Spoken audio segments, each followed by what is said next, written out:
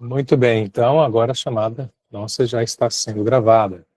Então, hoje, 7 de fevereiro, 12h15, vamos começar a nossa aula de Política das Relações Étnico-Raciais do curso de Letras UAB. Pessoal, aqui que está na tela, compartilhado com vocês, é um plano de ensino, né? Existe o plano de aula e existe o plano de ensino. É uma exigência nossa, praticamente. Eu lembro quando eu fazia graduação, nunca entendia o motivo dessa aula. Isso porque a gente não se via como professor, né?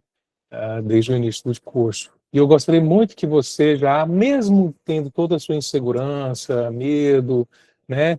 É normal a gente terminar o curso de 4 anos ainda se sentindo inseguro, e é bom a gente sempre ter um pouco de insegurança nesse sentido, para a gente sempre estar buscando nos aprofundar, né?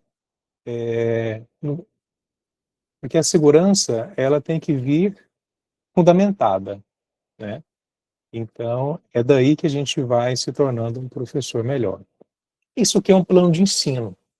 Plano de ensino é aquilo que planeja a sua disciplina, né? No caso, o ensino superior, antes a gente chamava de cadeira, né? A cátedra, é aquela disciplina em si que você é o responsável por ela.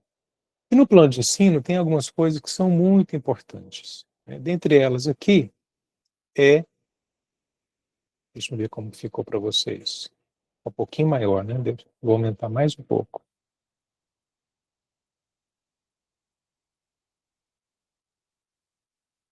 Certo, vocês estão vendo ali a identificação, curso de letras, o nome da disciplina, a nossa carga horária, é uma disciplina de 60 horas, teórica 60 horas, prática nenhuma hora, certo? Estamos aqui no segundo período.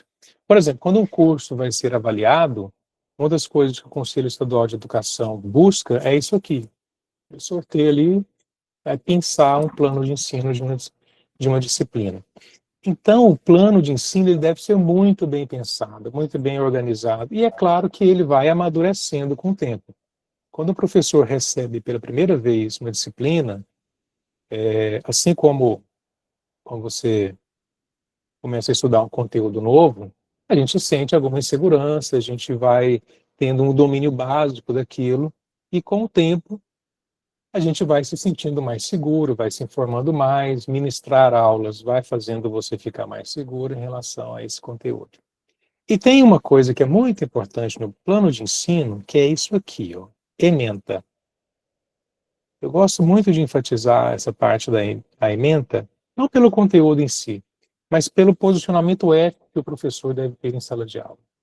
A obrigação do professor é trabalhar este conteúdo em sala de aula.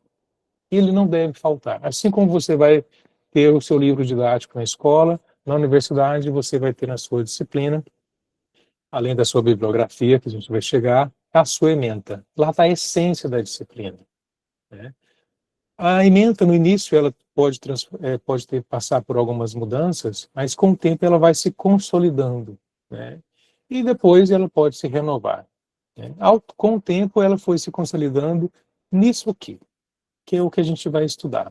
A nossa disciplina, ela tem duas grandes partes, né? Que a gente chama de duas unidades, né? A primeira e a segunda.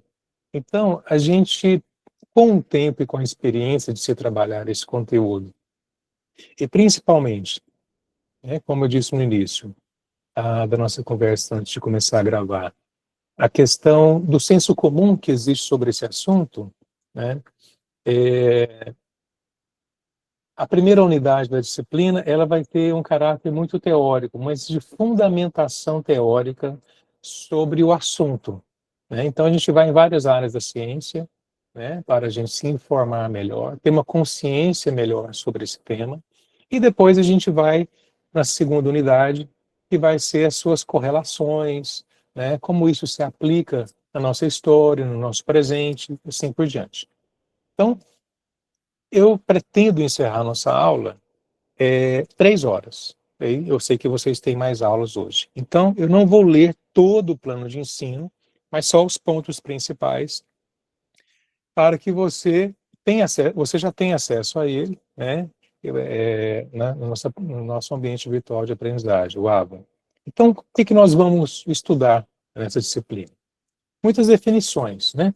Definições de conceito como raça, identidade, etnia, etnocentrismo, preconceito racial, discriminação racial e democracia racial. São todos termos teóricos que têm uma fundamentação teórica por trás de cada um. Isso a gente vai um pouco na história, vai um pouco na antropologia, vai um pouco na filosofia, na sociologia, né? Ou seja, as áreas das humanidades nos ajudam a compreender esses conceitos e é bom a gente entender a diferença entre eles, né? Aspectos caracterizadores da formação cultural brasileira, história e memória dos povos afro-brasileiros e indígenas, a multiplicidade como essência da formação sociohistórica do povo brasileiro, é uma aula só para isso, né? As diversidades culturais delineadas através das singularidades nas línguas, nas religiões, nos símbolos, nas artes e nas literaturas e desigualdades sociais. O legado dos povos quilombolas e guarani e políticas públicas para a igualdade étnico-racial, memória e patrimônio cultural brasileiro. Ou seja, não é um parágrafo dissertativo, são temas, né? Então, quando coloca o ponto, você começa o novo ponto, o novo tema, e assim por diante. A gente percebe uma correlação entre eles, mas o texto da ementa, ele é pontual, né? O objetivo geral, então, é habilitar os discentes, né, vocês, os alunos, para atuar no desenvolvimento, planejamento, utilização, avaliação e gerenciamento de modernas tecnologias de formação aplicadas às organizações. Esse objetivo geral aqui, ele está misturado com outra disciplina. Vocês me desculpem, depois eu vou corrigir isso, tá bom? Aqui, as competências e habilidades. Olha só, competências e habilidades. Alguém que saberia me diferenciar competência de habilidade?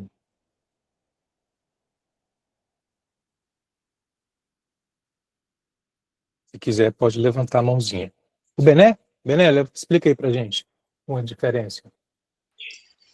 Professor, na verdade, eu levantei a mão, foi para perguntar se o conteúdo o senhor tinha disponibilizado aqui ou eu não estava encontrando aqui no Você é de qual cidade, Bené? Pedro Afonso, Polo de Pedro Certo. Afonso. Tá.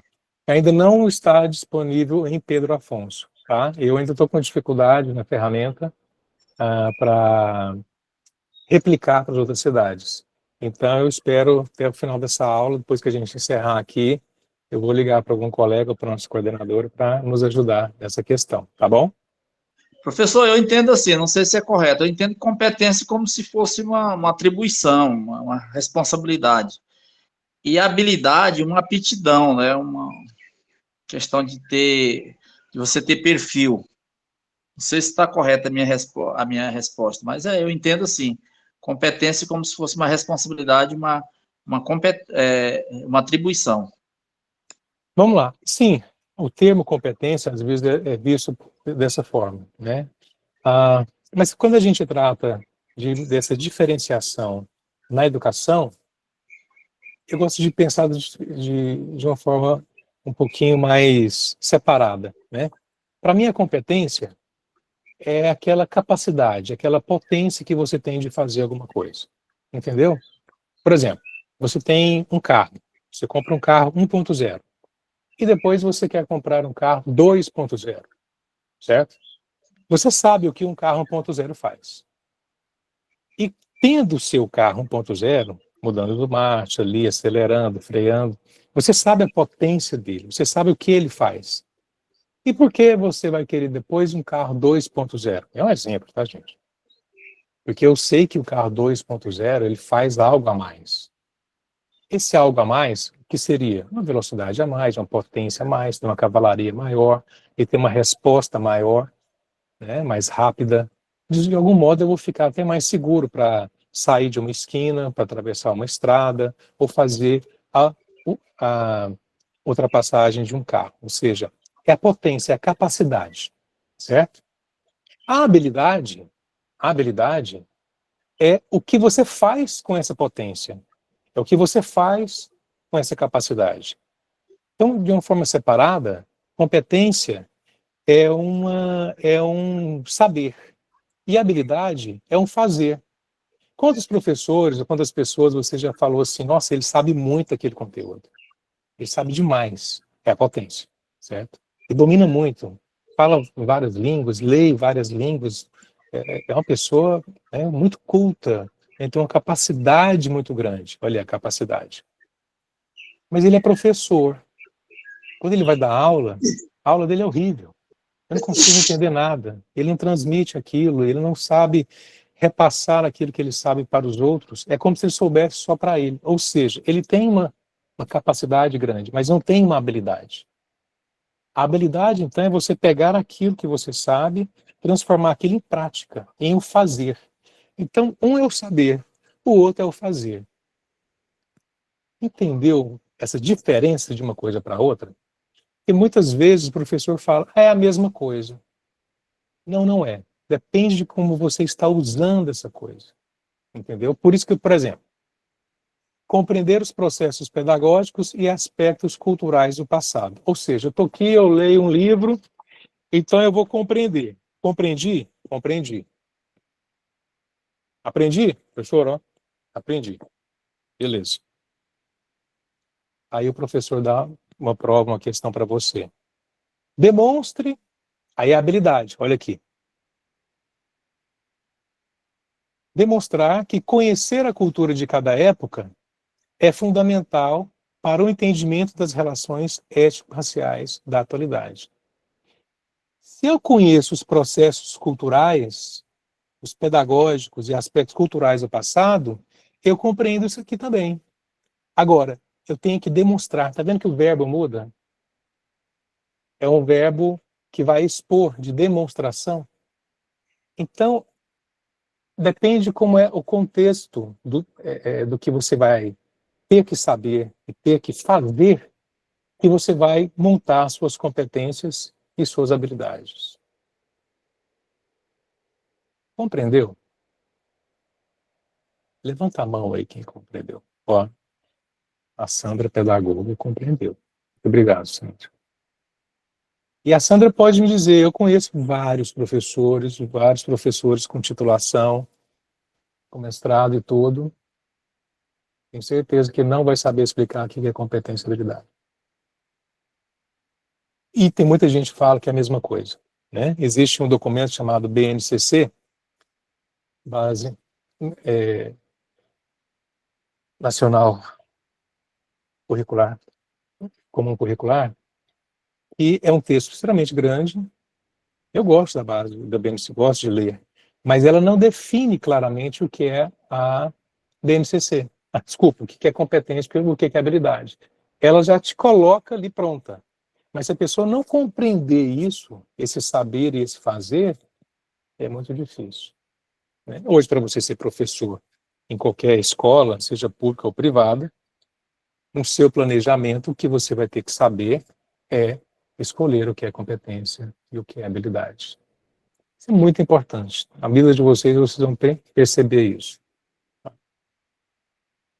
Bom, basicamente o que eu gostaria de falar é isso que eu já expliquei. Eu vou corrigir lá. E olha que eu li isso aqui e não percebi. Acontece. Eu vou corrigir e trocar lá em Paraíso. Em Paraíso a aula está montada. E aqui estão as referências, a básica e a complementar. Ok? Vou parar esse compartilhamento e vou apresentar outro. Ok?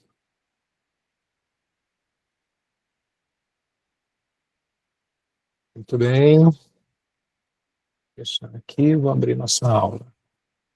2h30. Oh, vai dar. Vamos ver. Eu vou abrir aqui em PDF e vou rolando aqui o nosso assunto. Tá bom?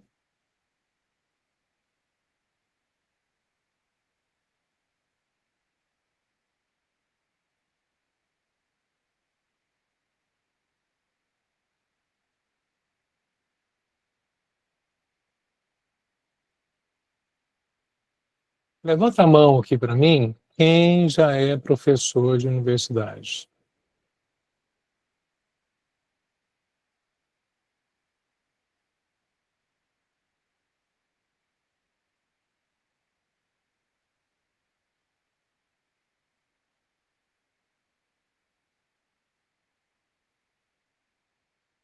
Estou tentando compartilhar a apresentação, tá, gente? Espera aí. Acho que foi. Uhum. Abriu, né? Nossa, o slide.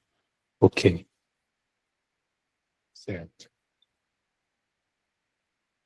Ninguém levantou a mão? Quem dá aula no ensino superior? Não? Ok. Então, eis a nossa conteúdo. Deixa eu ver. Tá nítido, né? Tá grande e dá para ver bem. Até quem está no celular deve ver bem. Vou conferir aqui, porque eu fico passando de uma página para outra aqui no computador, para ficar mais fácil. Tá bom. Pessoal, por que que a gente... Vou começar a nossa aula do nosso conteúdo, né? E por que que a gente começa a falar sobre origem? Acho que quando a gente trata de política das relações étnico-raciais, antes dela, ela virou política. Ok, tudo bem. Mas para você fundamentar uma política, você não busca os seus fundamentos da política dentro da política, você busca em outras áreas. A política ela é um resultado de uma fundamentação, né? Aqui nós estamos no curso de letras, mas dependendo do seu trabalho ou de um artigo que você vai publicar, curso de letras, eu acho o curso de letras muito difícil, viu, gente? Porque professor de língua, de letras, quem faz letras no Brasil, imagina, né? É literatura, vou lembrar de algumas coisas, né? Aula de literatura, aula de gramática, aula de redação, aula de língua inglesa ou espanhola. Olha só, não é professor de história, dá aula de quê? História. Ah, mas tem várias partes da história. Tem, mas é uma linha só, é uma coisa só, é história. Agora não. Quando você vai na gramática, vai na, vai na redação, você vê uma concatenação, mas é uma especialidade diferenciada, é uma aula diferente. Então, o profissional que faz o curso de letras, ele é um expert, não só numa área, mas em áreas, embora sejam correlatas, são diferentes. Né? Não é à toa que alguns vão se especializando. Né? Aquele que tem um pensamento mais sistemático, mais matemático, né, acaba gostando mais da gramática. Aquele que tem um lado mais para a área da filosofia, da história, se aprofunda na literatura. Né? Aquele que usa a gramática para uma forma de escrita, ajudando as pessoas a escrever, vai para a aula de redação. E aí você vai se especializando nisso. Né? Eu acho incrível isso. Isso é tudo o quê? Uma fundamentação para resultar em outra coisa. Então, a política das relações étnico-raciais, ela deve ter uma fundamentação.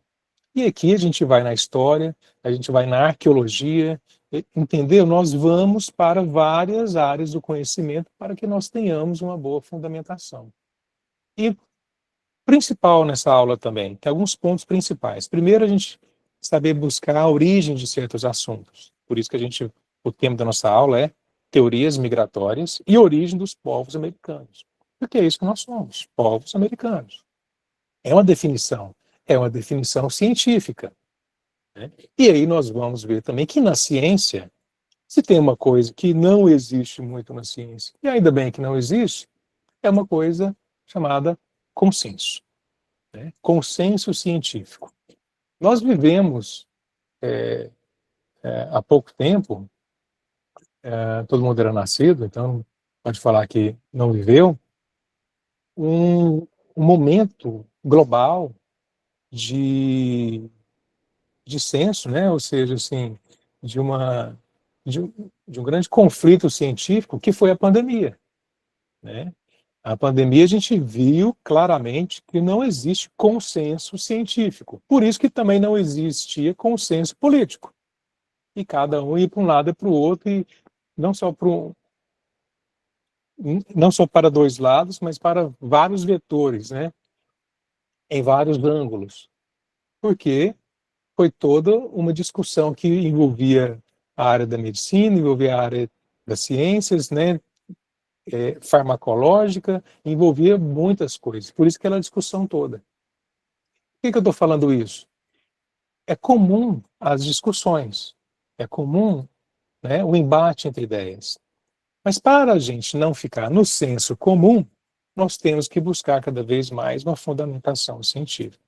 E aqui você vai ver um assunto que você viu no livro didático da sua época e um assunto que você não viu no livro didático ainda da sua época. Por quê? Porque a ciência ela vai se modificando. Vamos lá então. Uma das coisas que é importante a gente entender é a nossa origem, e essa aula vai tratar um pouco disso. Então, o tema da nossa aula é teorias migratórias e origem dos povos americanos. O que nós vamos ver nessa aula, então? A disciplina de política das relações étnico-raciais afro-brasileiras indígenas tem como função auxiliar na formação de profissionais para lidar com pessoas que possuem ideias, comportamentos, conhecimentos, origens e crenças diferentes.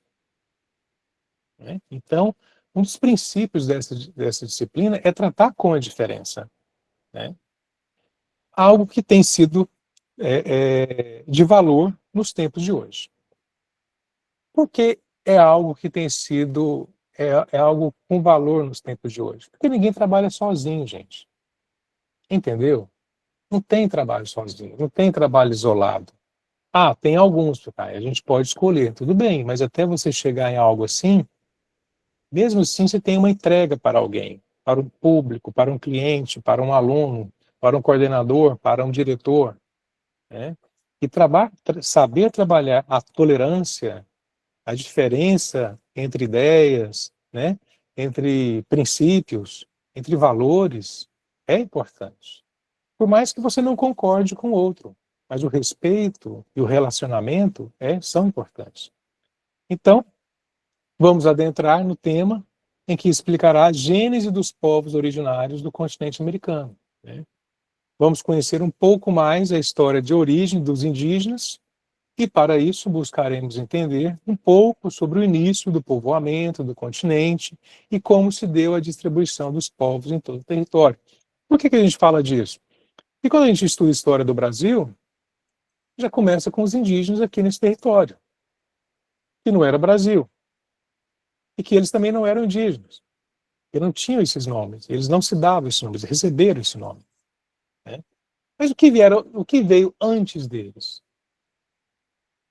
Veio muita coisa antes deles, milhares de anos antes deles, entendeu? Então é um pouco disso que a gente vai ver na nossa aula, para que você tenha uma sensibilização de que as coisas elas não vêm prontas, elas vêm construídas a partir de um princípio. Né? A coisa mais difícil do mundo, gente, é a gente ter um princípio e a gente, às vezes, compreender que ele está errado. Né? E fazer isso na vida adulta é mais difícil ainda. A gente lida com crianças e a gente vê o quanto elas sofrem para aprender algo novo, né? Compartilhar uma coisa, né? Conviver com outras. É um aprendizado ao longo da vida. Isso pode influenciar você na vida adulta, só que quando você já é adulto, fala, eu sou assim. Será que não pode aprender mais nada? Então, a gente escolheu 3 teorias, existem várias, muitas outras, né? Que é a migração asiática, a asiática australiana e a europeia. Esse mapa aqui é um mapa, né, que está lá no Museu da Federal do Rio Grande do Sul. Aqui tem essas 3 teorias. A laranja, tá vendo? Sai aqui do continente africano. Isso aqui é geografia. A laranja, você vê que ela vira aqui para a esquerda, para a Europa e para a direita, como se passasse aqui para a Austrália e também aqui por cima, né, na região aqui da China, na Rússia, né, passando da Ásia para o Alasca e seria o Canadá, Estados Unidos hoje. Tem outra que sai da Austrália, número 2, que vem navegando, né, pelo Oceano Pacífico. E tem essa em verde aqui, essa parte branca é gelo, né? Veio caminhando da Europa para o norte aqui da América. Então, asiática, essa laranja, asiática australiana, que sai da Austrália, e a europeia, essa verde, que sai da Europa. Ok. Então, dentro dessas teorias migratórias, isso foi evoluindo, evolui, e é discussão até hoje, não é consenso, né, científico. Dessa região aqui da Ásia, você vê a origem a feição mongol, né? Você já ouviu falar dos mongóis, né? A origem, né, étnica dos mongóis, que são esses traços, né? E você percebe alguma semelhança entre os asiáticos mesmo, né? China, Japão, aquela parte da Coreia, e você também percebe algumas afeições que lembram também os indígenas, né? Só que no Brasil, nos anos 70, na região de Minas Gerais, descobriram uma ossada que era muito antiga, muito, muito antiga mesmo. E aí, eles fizeram, quase 20 anos depois, no final dos anos 80, começo de 90, eles começaram com a tecnologia da época, não, vamos pegar essa, esses, não é resquícios, essa ossada, né? Esqueci o termo correto. E vamos fazer a reconstrução. Já se fazia isso há muito tempo, e vai fazendo essa reconstrução a partir do formato do osso, né? Para ver qual é as encarnações e ver como é a feição da estrutura óssea que a gente tem aqui. E aí, fazendo essa pesquisa, descobriram que aqueles ossos não tinham uma formação mongol, não tinha uma estrutura asiática, tinha uma estrutura muito mais africana.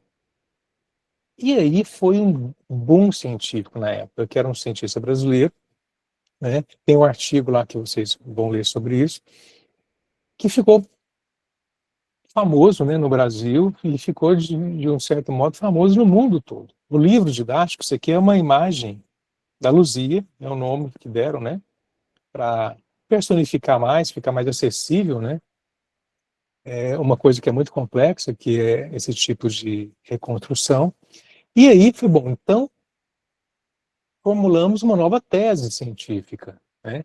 Nós compreendemos que teve um processo migratório que veio do norte, né, que veio descendo da América do Norte até a América do Sul, né, e você vê isso pelas datas, né, você vê ali mais antigos, 12 mil, 14 mil anos, depois você vê de 10 mil, de 8 mil, 5 mil, ou seja, os mais antigos são os primeiros.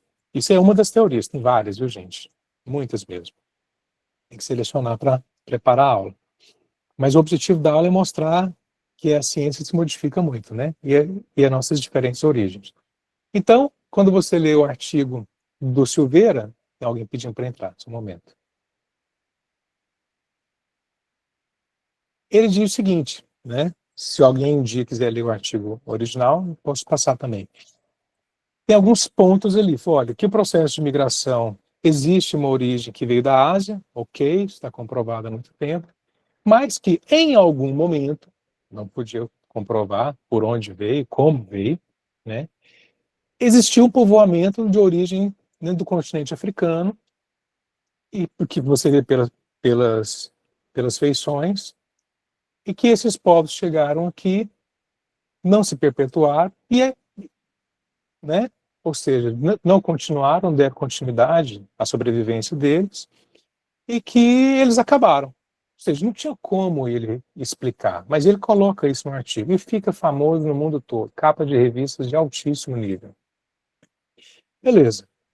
Essa teoria, então, seria dessas teorias migratórias. Como você viu que a laranja sai aqui do continente africano, então essa é a principal teoria que mostra o povoamento da América, né?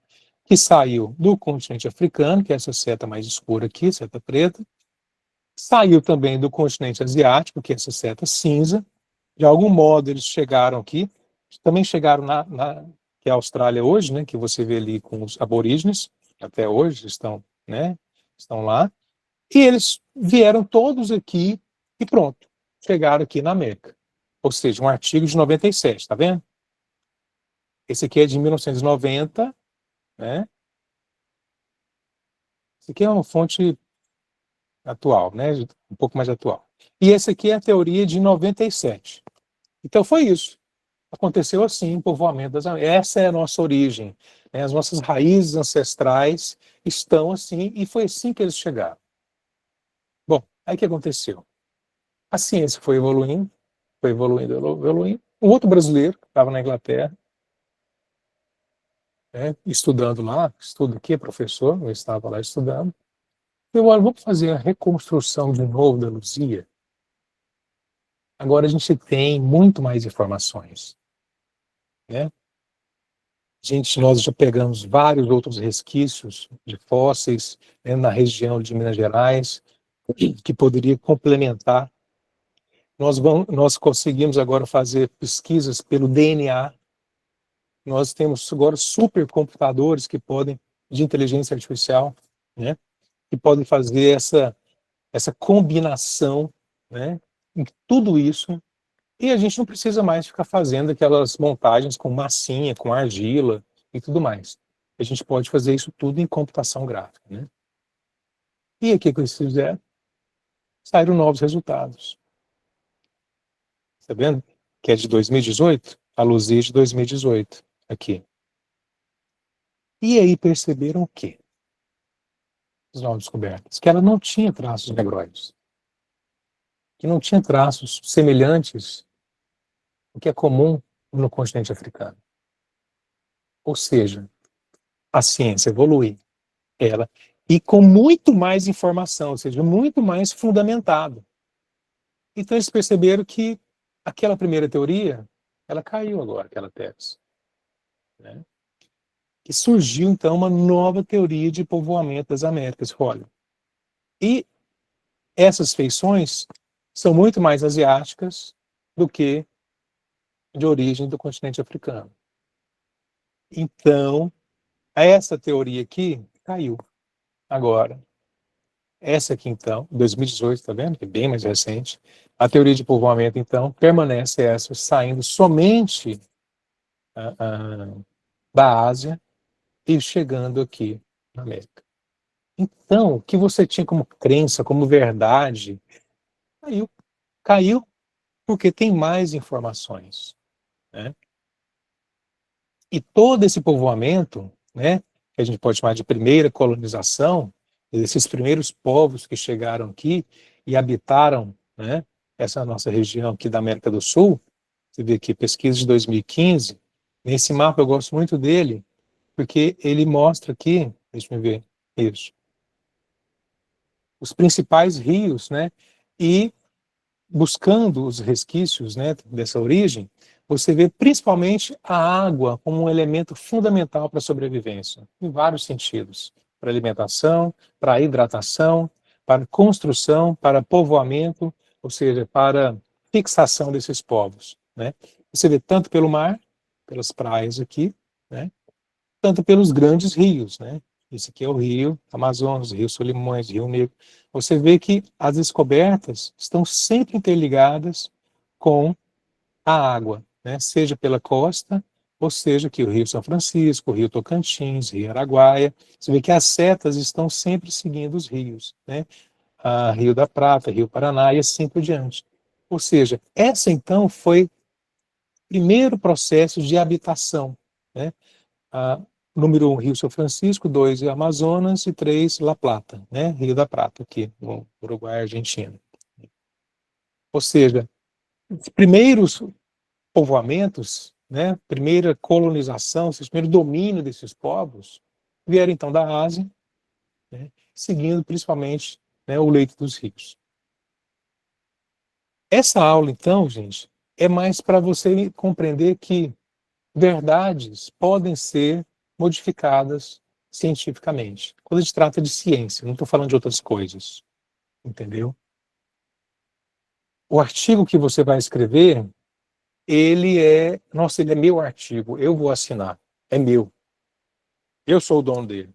Beleza, tudo bem, você é autora, você é responsável também pelo que você coloca ali. E o que está no artigo não é a sua vontade. O que está no artigo, no livro, um livro científico, você pode escrever outra coisa, está ali uma contribuição sua para a ciência. Como eu faço isso, Caio? Você pode fazer isso na gramática, você pode fazer isso numa forma de ensino, de redação, você pode contribuir. Ah, mas é uma metodologia minha. Sim, mas quando aquilo se transforma em conhecimento, ele se transforma em público. Ele se transforma num bem público. Então ele vai ser criticado, ele vai ser elogiado, entendeu? Seja um método, seja uma nova descoberta, né? Uma novidade científica. Eu digo isso para vocês pelo quê? Porque a forma de ensinar mudou, a forma de aprender mudou. Ou seja, tudo isso vai se transformando. Não estou dizendo para você buscar só o que é o de mais novo, de mais sofisticado, porque às vezes o mais novo não é melhor. A gente tem que ter esse posicionamento crítico também, né? Não nesse tipo de discussão que eu mostrei para você aqui, mas quando se trata de escola, nem sempre a novidade na escola é o melhor para a escola. Então esse pensamento crítico é uma coisa que a gente sempre tem que ter. E sempre tem um posicionamento ético também, né? Só para encerrar aqui, né, essa parte. O estudo do povoamento da América, então, ele é fundamental para compreendermos o quê? As origens dos povos indígenas do Brasil. Por que você não falou de povos africanos agora, Caio? Porque a gente descobriu, viu cientificamente, que a Luzia, embora ela seja uma coisa, né, que foi fundamental de tornar até mais acessível a arqueologia, né, no ensino médio, no ensino fundamental, nos livros didáticos, ela continua importante, mas ela acaba demonstrando que é um caso isolado e que aquela teoria de povoamento, ela não se sustentou mais, né? Tem que continuar pesquisando sobre isso. Explorar essa etapa da história da humanidade não é apenas olhar para um passado distante, mas reconhecer sua conexão profunda com nossa identidade e trajetória ao longo de milhares de anos.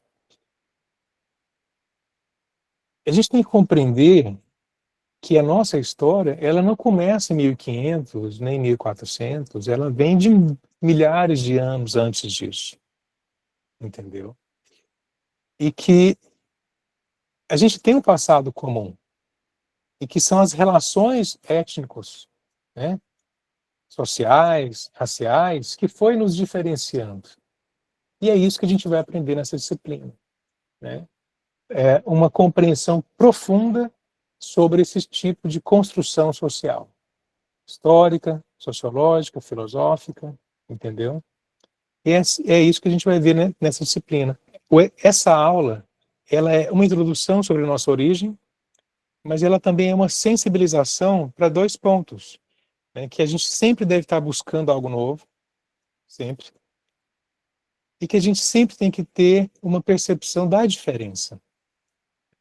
Tem um filósofo famoso, né, o Deleuze, e ele falava assim, resumindo, né, uma das ideias dele que eu acho que contribui para a gente.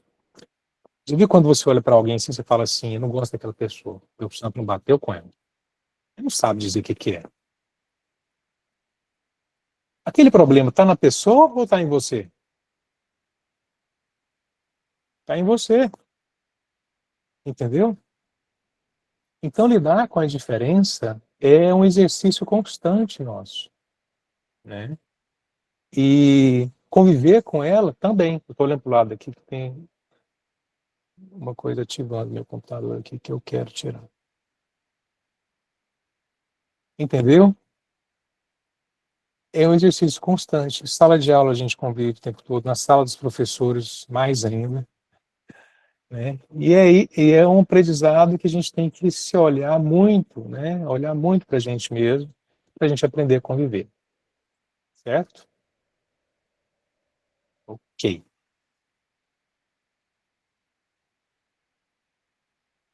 Sandra, pode falar. Professor, quando você fala de lidar com a diferença, e isso é uma fala muito comum, para onde você vai, você escuta isso, que é necessário lidar com diferenças. Mas eu penso que o que antecede esse saber lidar com as diferenças é a tolerância, coisa que nos falta muito hoje. Por exemplo, nós não temos tolerância para ouvir uma pessoa que fala pausadamente. Nos aplicativos, por exemplo, nós temos velocidade 1, 2, 3, pode subir até mais, porque nós queremos que as pessoas acelerem logo, falem realmente aquilo que elas precisam dizer. Então, nós não temos, eu citei esse exemplo, de ouvir o outro, mas tem muitas outras coisas que nós não conseguimos tolerar. Então, antes de saber lidar com diferenças, que é o ideal, é o necessário para esses dias, vem aquela questão da tolerância. Eu tolero? Eu vou me propor a tolerar? Então, quando falta isso, fica impossível você conseguir lidar bem com a diferença. Esse é o meu entendimento. Uhum. A tolerância, ela é um aprendizado, né? A gente não aprende, a gente não nasce tolerante. Veja uma criança de 3, 4 anos para você ver se ela tem alguma tolerância, né? É um exercício, é um aprendizado, é um esforço. E aquela pessoa que cresceu sem ser exigida ou sem ser orientada a ser tolerante, ela cresce de um jeito difícil, né? Se torna um adulto difícil. Quando você fala da pressa, o que eu vivo, por exemplo, é uma vida, hoje em dia a gente tem uma vida muito acelerada, né? Quando eu sento na frente do médico, eu falo tudo rápido demais, como se eu estivesse tomando tempo dele e o meu ali, entendeu? Ou seja, a gente tem que se olhar, né, o tempo todo, para a gente exercitar, né, o modo de ser diferente, né? Isso acontece o tempo todo também. Se envolve várias áreas, entre elas, obviamente, a tolerância, né? E às vezes a pessoa que é intolerante com determinado assunto ou determinada pessoa, né? No nosso assunto aqui, ele é bem específico, né? Nosso assunto fala de relações étnico-raciais, então envolve muita cultura, história, origem, né? A gente vai aprender a diferenciação, o que é raça, o que é etnia, por que tem esse termo, por que ele é usado, né? Como a semântica dessa palavra foi se transformando ao longo do tempo. É bom a gente ter essa noção, essa percepção das coisas, né? E isso porque eu dou aula de história há muito tempo, a gente é professor há muito tempo, a gente vê, assim, o que é fundamental, né, para a pessoa conhecer o outro pela sua diferença. Isso é muito importante. Pessoal, muito obrigado pela contribuição, Sandra. Alguém mais gostaria de comentar? Se não quiser comentar a aula, tudo bem. Se não quiser tirar uma dúvida. Professor, eu queria saber, no caso, o senhor não vai deixar nenhuma atividade para nós nessa aula, não, né? Vai ser, disponibilizar o material, você vai disponibilizar quando?